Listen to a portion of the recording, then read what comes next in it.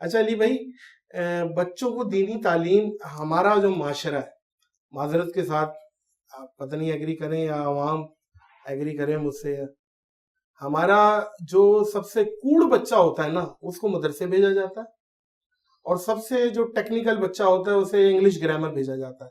یہ تھوڑا سا ڈبل اسٹینڈرڈز ہے۔ کیا اس بچے کو آپ پرائیورٹی پہ دینی تعلیم دلا ہی نہیں رہے کہ جو اچھی بہت تو اوپر آئے؟ تو دینی تعلیم کا طریقہ کار کیا ہے؟ اور بچے رو رہے ہوتے ہیں 3 سال کے، چلا رہے ہوتے ہیں اماں ابا، اور وہ اسکول چھوڑ کے آ رہے ہیں۔ اسکول کی صحیح عمر کیا ہے آپ کے حساب سے؟ اور دینی تعلیم پرائیورٹی کتنی 70% رکھیں، دنیاوی 30%؟ ہمیں کیا کرنا ہے؟ یہ فزکس الجبرا کا آخرت میں ہم نے کیا کرنا ہے ان کا؟ آپ یہ بتائیں ذرا، اس کا بھی کیا معاملہ ہے؟ دیکھیں یہ آپ نے 5-6 سوال ایک جگہ جمع کر دی۔ ہاں جی، اس میں سب سے پہلے تو یہ ذہن میں رکھیں کہ اگر ہم اپنے انٹیلیجنٹ بچوں کو مدرسے میں داخل کروائیں گے تو بعد میں جب مدرسے سے وہ فارغ ہوں گے تو ان کا جو ذریعہ معاش ہے وہ کیا ہوگا، یہ تو ذرا پہلے طے کریں۔ کیا وہ دین کو بیچیں گے؟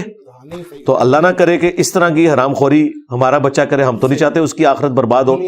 تو اس لیے پھر یہ ضروری ہے کہ ہمارے مدارس کو اپنا تعلیم کا نظام اپڈیٹ کرنا چاہیے، تاکہ اگر وہ ایک عالم کی ڈگری لے کے نکل رہے نا تو پیرلل میں وہ M A English who, M S C mathematics ہو، یہ پیرلل میں لے کے چلے۔ ہمارے تو سارے اسٹوڈنٹس پڑھا لکھا طبقہ ہے، اور یہ وہ لوگ ہیں جنہوں نے ڈگریوں کے بعد دین کا علم حاصل کیا ہے، ٹھیک ہے، تو وہ کر سکتے ہیں مدارس میں بھی پیرلل میں پارٹ ٹائم۔ کئی ایک علماء ہیں جو اپنی پروفیشنل انجینئرنگ کی یا ڈاکٹری کی ڈگری کو لے کے انہوں نے پارٹ ٹائم میں عالم کی ڈگری بھی لی ہے، لیکن پروفیشن انہوں نے اپنا وہی بنایا ہے، دین کا علم انہوں نے اپنے شوق سے حاصل کیا اور پھر لوگوں کو سکھایا۔ اس طرح کا معاملہ ہونا چاہیے۔ میں تو قطعاً اس حق میں نہیں ہوں کہ بچوں کو ٹوٹلی ایسی دینی تعلیم میں ڈالا جائے جس کے بعد وہ یہ ڈھونڈیں کہ اب ہم نے کس مسجد پہ قبضہ کرنا ہے اور اس مسجد کو جامعہ مسجد میں کنورٹ کرنا ہے تاکہ چندہ اور بڑھے، اس کے بعد کمیٹی کو توڑنا ہے تاکہ چندہ بک میرے پاس آ جائے، اور پھر ڈکلیئر تنخواہ ہوگی 25 یا 30 ہزار، اور جو خرچہ ہے وہ روزانہ کا 30 ہزار ہوگا۔ آپ مدارس کے جو بڑے بڑے علماء ہیں ان کا ذرا اگر آپ خرچہ دیکھیں روزانہ کا، بندہ حیران رہ جاتا ہے۔ ڈکلیئر تنخواہ کیا ہے ان کی؟ اسلام آباد میں بھی ہائیلی پیڈ اگر آپ کو کوئی خطیب ملے گا تو 50 ہزار سے زیادہ کا نہیں ملے گا، لیکن آپ ان کی گاڑیاں، ڈرائیورز بھی رکھے ہوئے ہیں اور ان کے بچوں کے پاس بھی گاڑیاں ہیں، وہ کہاں سے آ رہی ہیں؟ وہی چندہ۔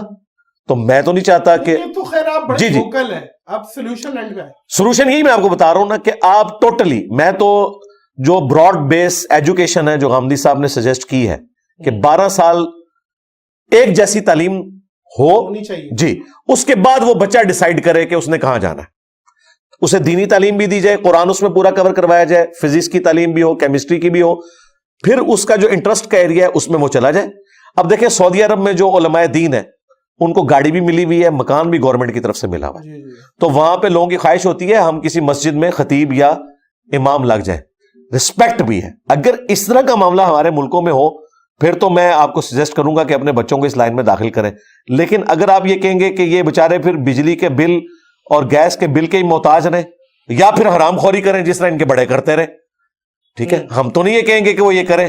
آپ دیکھیں کہ ڈکلیئرڈ تنخواہیں کیا ہیں، مرتے ہیں تو ساسے کے پیچھے چھوڑ کے جاتے ہیں۔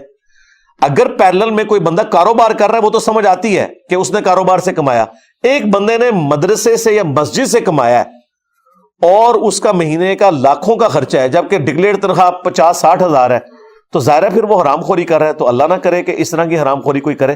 تو حل اس کا یہی ہے کہ پیرلل میں علم حاصل کیا جائے، اور آج تو علم ٹرانسلیٹ ہو چکا ہے۔ اس وقت عربی کے بعد سب سے رچ زبان اردو بن چکی ہے، بلکہ کئی معاملات میں تو اردو زیادہ رچ ہو گئی ہے، کیونکہ عربی میں مصنف ابن ابی شیبہ صرف رکھی ہوئی ہے لائبریریوں میں، ہماری جہاں اردو ترجمہ ہو کے آئی ہے ایک عام مسلمان تک بھی پہنچ گئی ہے۔